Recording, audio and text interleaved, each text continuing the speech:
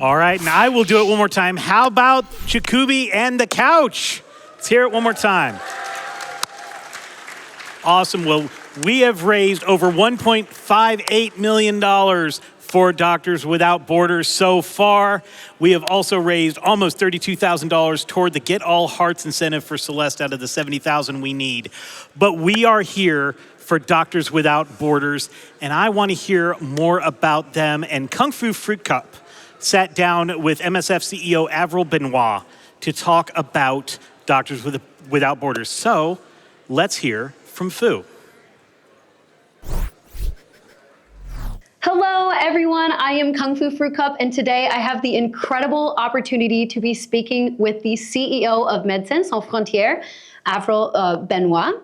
Do you say Avril or Avril? I say Avril. Like Avril. I always say like Avril Lavigne. Avril. Fewer and fewer people know who that is, so I'm not sure that it lands here, don't helpful worry. tip is going to help much anymore. Yeah. Fantastic. Okay, so Avril has been with MSF here for almost 20 years now, since 2006, after a long and storied career of an award-winning journalist, which is amazing. So with your time with MSF, I wanted to kind of hear about the history of like your transition from journalist into working with MSF into CEO and what that's been like for you. Yeah, well, thanks very much. And I appreciate also that you're pronouncing Médecins Sans Frontières in a beautiful way. It translates to Doctors Without Borders, which is for English speakers a little easier, but we do use that MSF acronym just to explain who we are. And yeah, I was a journalist for 20 years. I'm Canadian. And I had spent a lot of time interviewing people in different crisis zones, covering wars, covering things from different perspectives, and always respected this organization. And at a certain moment, I came to the conclusion I wanted to be more of a doer than just a storyteller who reports. I wanted to get in there, roll up my sleeves, and see what I could do to help. And that's when I came into the organization using my communication skills to be able to tell the story of what we're seeing, what we're witnessing on the ground. And this is very much an ethic of Doctors Without Borders. Number one, we're all about medical humanitarian action, saving lives, alleviating suffering. And we also have a kind of part of our identity, which is about bearing witness, telling the story, amplifying the stories of the people that we're helping so that we mobilize more interest, we mobilize more support, more aid response from the wider sector, and we do as much as we can to make sure that people are not suffering in a part of the world that nobody is paying attention to, that we're actually trying to mobilize the help they need. Right, which is an incredible thing. And not only that, I've noticed as I've been here, by the way, that there's plenty of awards, including a Nobel Prize and all kinds of things around this space. And I just wanted to offer that as like a testament to the things that MSF has done, speaking with all of your aid all around the world. So with that, I kind of wanted to know a little bit about maybe if there's one moment surrounding one of these documents we have here for you, if there was like anything that has stood out, especially maybe during your time as CEO, that has provided a big impact around the world. I would say that our capacity to pivot, to respond quickly to emergencies is really impressive.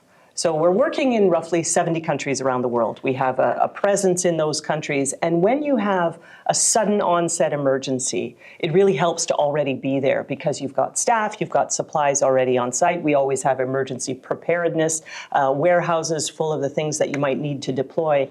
And to see the speed with which we are able to mount what can be a very substantial operational response. So in 2010, if you remember the earthquake in Haiti, yes, we already had a maternity hospital, we had a trauma hospital, we were in the community with different facilities and a burn unit. And you can imagine that that moment in time was critical because we were already there. So all of a sudden, you've got buildings that are shaky. You have to evacuate the patients if the building is still standing. You've got everybody outside now, recovering from whatever it is that brought them into the hospital for the first time. And you've still got women coming in for deliveries to give birth.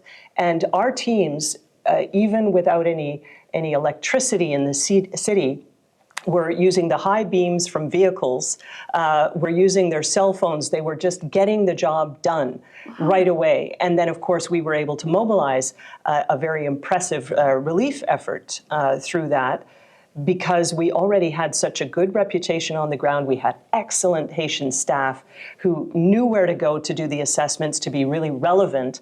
And it's one of those things that every time I see it, and I've seen it in many places around the world, I'm heartened that we have this ability to get the job done. We're very action oriented. We're not sitting around wondering, what are we going to do? We really get in there. Right. And I agree. Yeah. And it sounds like very much like you're saying that was part of what drew you to MSF in the first place. You're like, I want to get things done. That's right. I want to take action, which I very much understand and relate to, just as a person. And so I love seeing that, like not only that, but the ability you all have to kind of improvise and work with the tools that you have to create solutions to help those in need. I think that's really, really incredible. And I know it's not just back in Haiti, but it's happening. There's so much going on in the world right now, as we all know.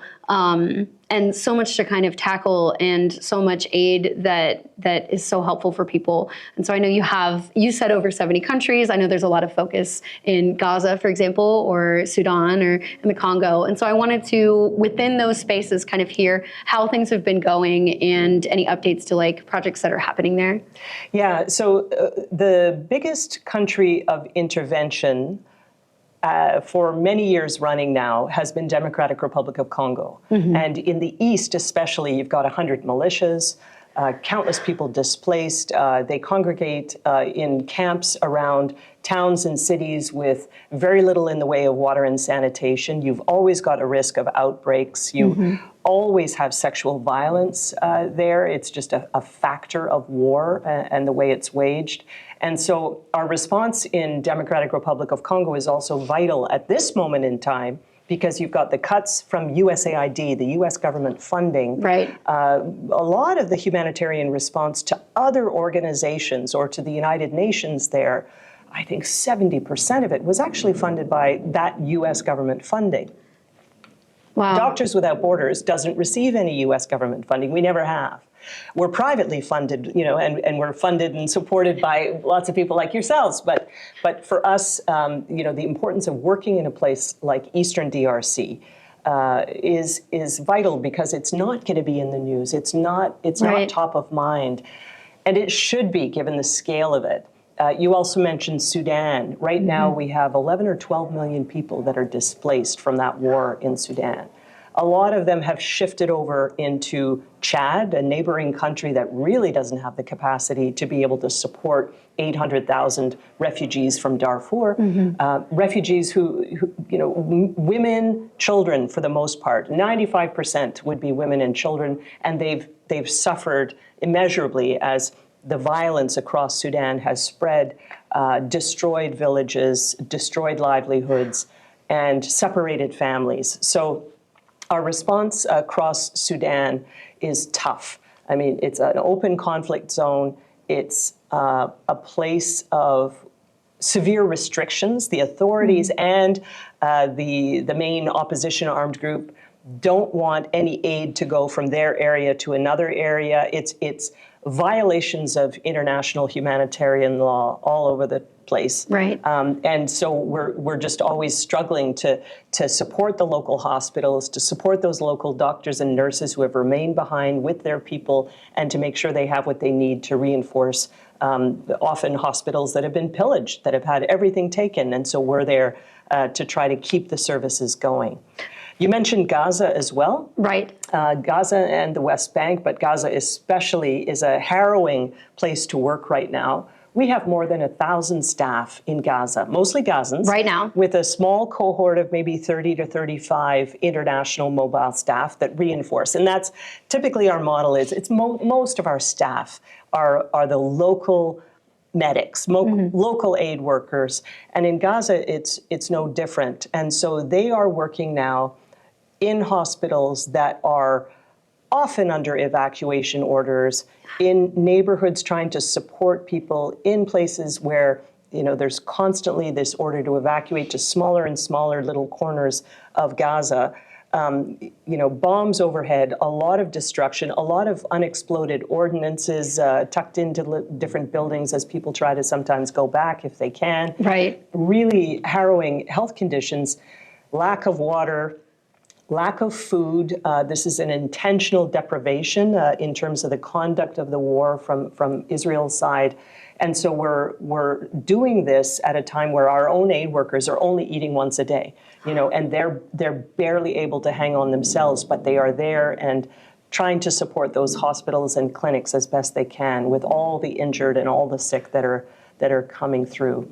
So it can be quite overwhelming when you start to put it all together in terms of the places we work, and we're also in Yemen. We're also in South Sudan. That's another place that has once again started to really become unstable, much more than it even has been in recent years. And the other new place, you're asking for sort of an update, is now with what's happened in Syria. So the fall of the Assad regime at the end of last year has opened up possibilities for us to go and do assessments around the country to see, okay, what was going on in those places that we never had access to before because the authorities refused to have international aid organizations that were independent delivering services. They just refused.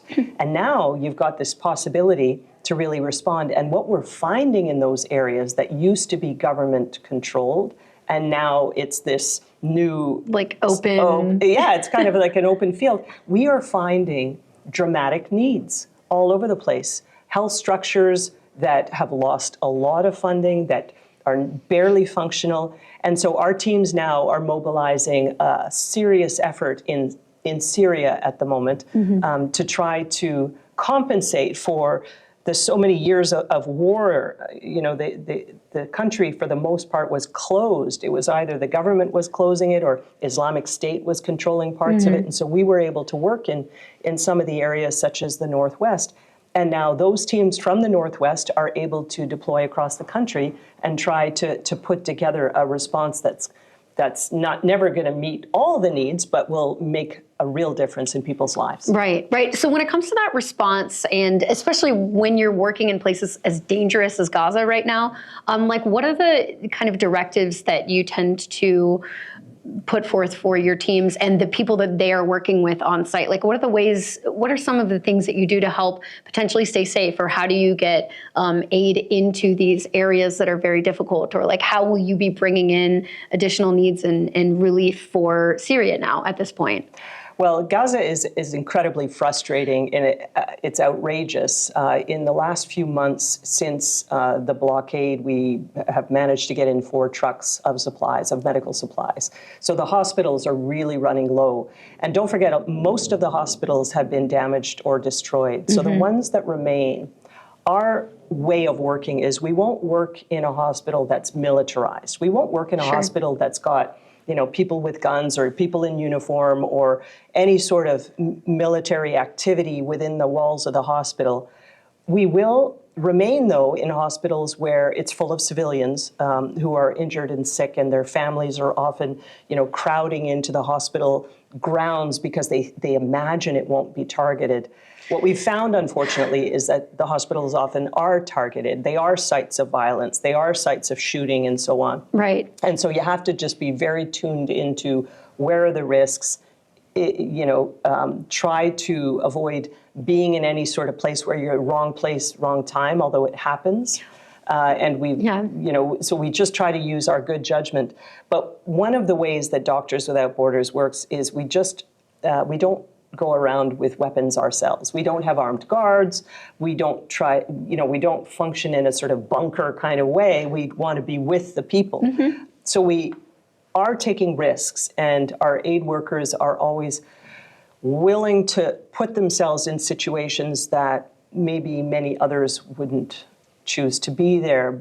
but we're not going to be reckless about it. So the idea is to have as much information as possible to get forewarning of the risks. Maybe you say, okay, we're not going to move the ambulance from here to there today because we've got the alert that it won't be safe.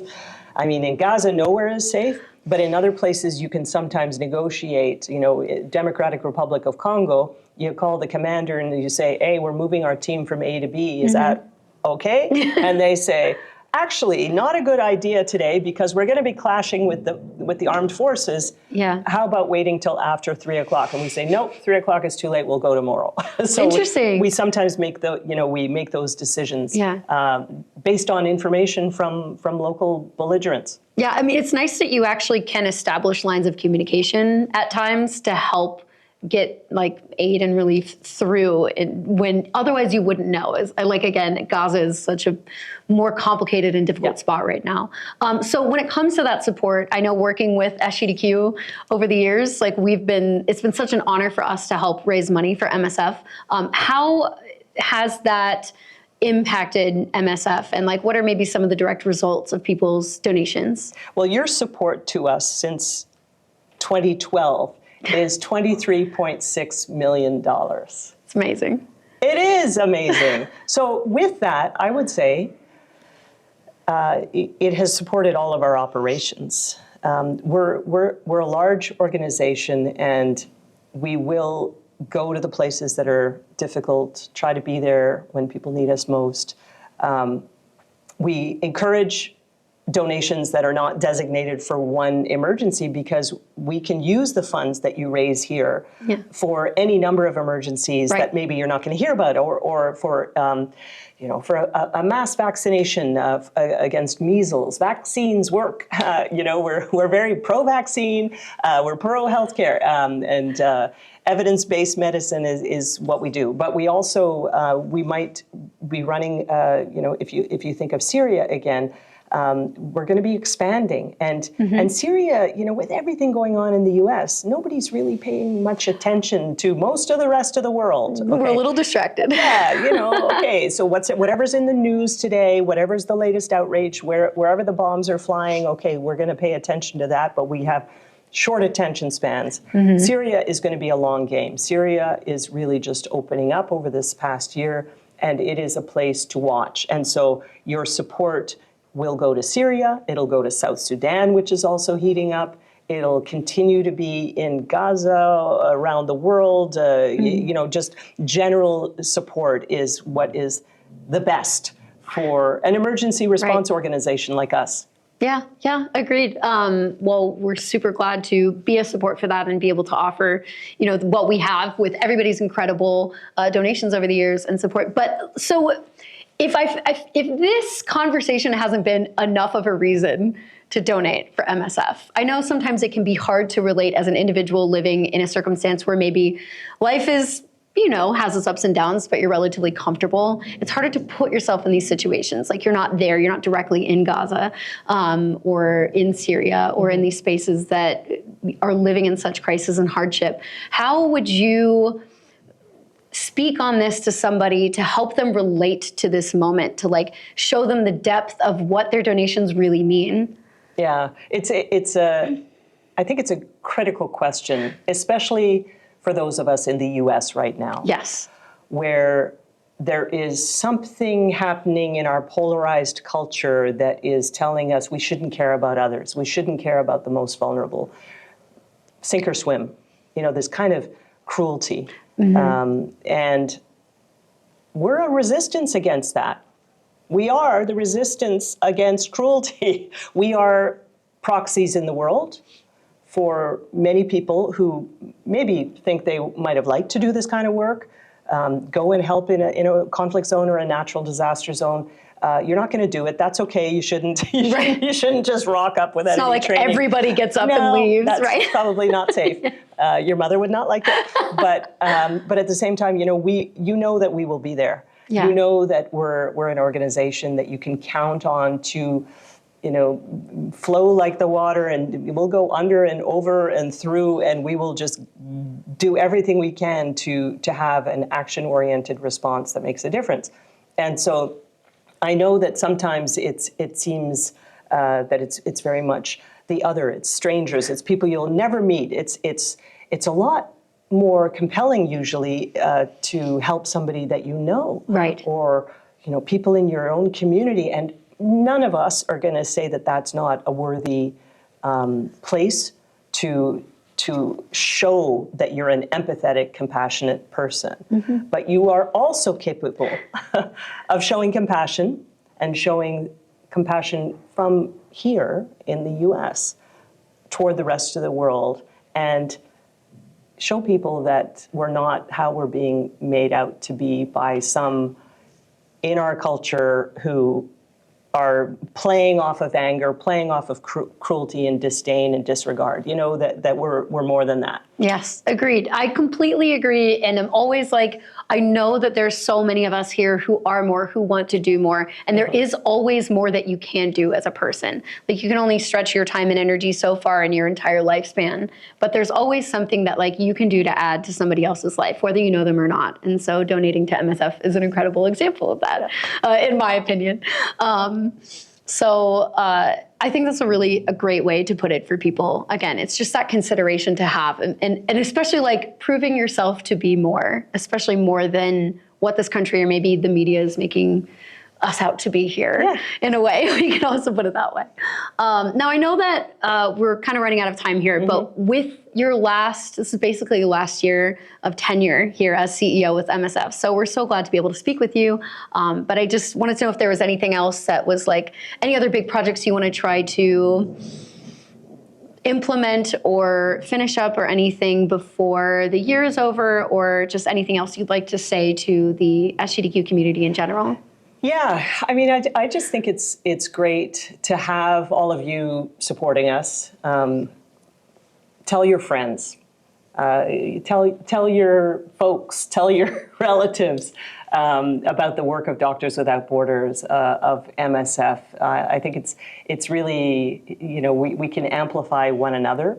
I would love to be able to leave this place knowing that the work will continue strong and with determination. And I mean, there is so much work to do. So that's the other thing to remember, is that we don't do it without you. We don't do it without supporters.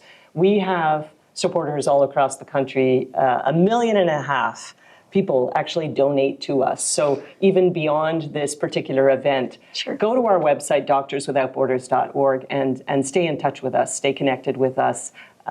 We are so thankful for all of this support for this game, how you've mobilized your community. It's a lot of fun for us also. And for our aid workers around the world, they often do relay to me how meaningful it is to them to think that people around the world are supporting the work we do in their place, in their country, at a time when sometimes they can feel like they've been forgotten. And so this is just about spreading the word and giving a big embrace to all the humanitarian aid, that all the aid workers that are out there doing their best under very difficult circumstances. Yeah, for sure. Well, I can tell based on just your vibe and the energy that you've been giving off today that I firmly believe that MSF will continue with your legacy after you leave. I can just see how much care that you have for your work here. And thank you so much for everything that you've done with MSF. And it's been such a pleasure getting to speak with you today. I really appreciate it. And again, you all can go to doctorswithoutborders.org and do that. And then you can also go to gdq.gg/donate and make sure you get your donations in for the rest of the day. And thank you so much once again, Avril, for speaking with me. I really appreciate it. I appreciate you as well. And thanks, everyone. Thank you. Everybody, let's keep it going for Doctors Without Borders. Thank you so much for that. We've got a lot more GDQ coming up. We have Kirby, a task coming up. It's all going to be happening right after this break. Don't close that tab.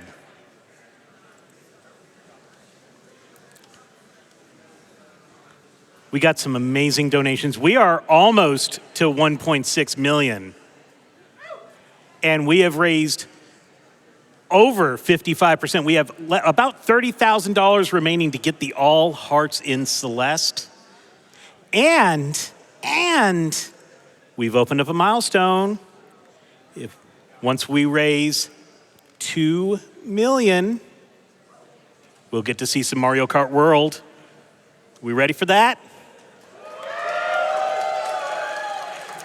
We have a $20 donation from Kaya Faven saying, Doctors Without Borders is such a wonderful cause. Had to donate. Have enjoyed GDQ so very much this last week. Thanks so much to the staff and everyone who put in the time making these events happen. You are great. No, you are great. Thank you for donating. $25 donation from Dat Boy Boy saying, to put yourself in such harsh environments to deliver medical help is unbelievably brave. Greetings from Germany. We have a $50 donation from Paige that says, it is so moving to hear what MSF is doing directly around the world. I don't have the words to express my appreciation for this fantastic interview with Miss Benoît, but I do have some funds to send. Thank you, GDQ, for this opportunity for all of us to be reminded of what is needed in the world at large and to do something about it.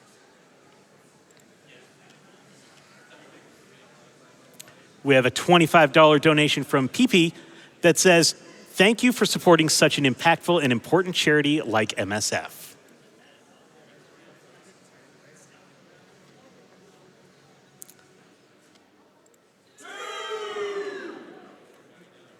There's even some 000s at the end of that one. We're getting close. We have a $50 donation from Egan Works that says, Kirby, Mario Kart, Celeste, this is a stacked final day. Love you, GDQ. Let's get those hearts and trans rights.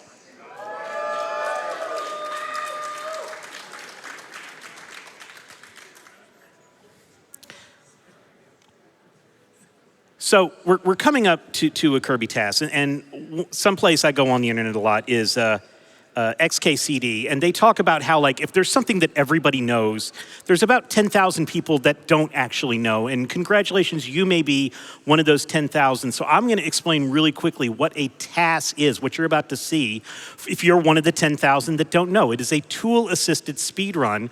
There is a group of people, sometimes one person, sometimes multiple groups, that go through a game and say, on frame 1093, we're gonna hit the A button. And it's always frame perfect. It's essentially, instead of a person holding the controller, it is a computer program. It is a pre-programmed robot. And they will go through over years and years and go through each frame to find out what the best thing is to put in on that frame. And sometimes they may say, on frame 1091, if you hit left on that frame, that A button on frame 1093 will do more. So that's what you're about to see with Kirby. So if you didn't know what a task was, if you're here for the first time, congratulations on being one of the first 10,000. We are less than $500 away from 1.6 million, and we got it! 1.6 million for Doctors Without Borders. Thank you so much, everybody out there. We have a $250 donation from Savage Roy that says, in-person GDQ is better than I imagined. So much love for all of you making this happen.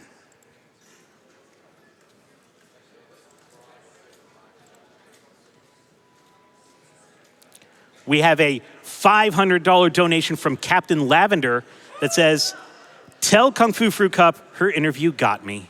Well done.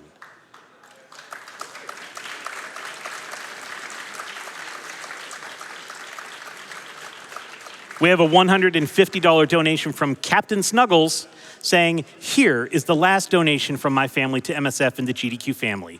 Love supporting MSF, one of the finest organizations in the world, and love doing it amidst all this entertainment and camaraderie. Enjoy the rest of the night and see you next time, GDQ.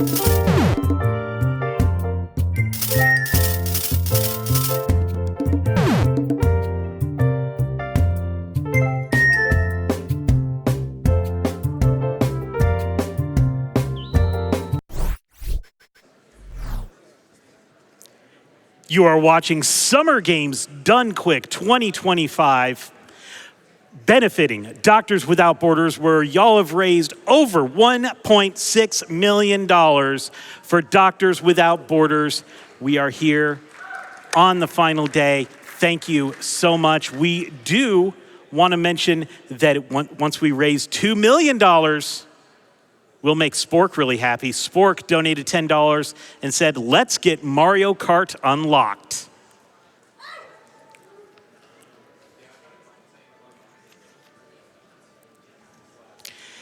So now it is time to see some tool-assisted speedruns. Today we have Kirby Superstar Ultra sample. Show us how it's done.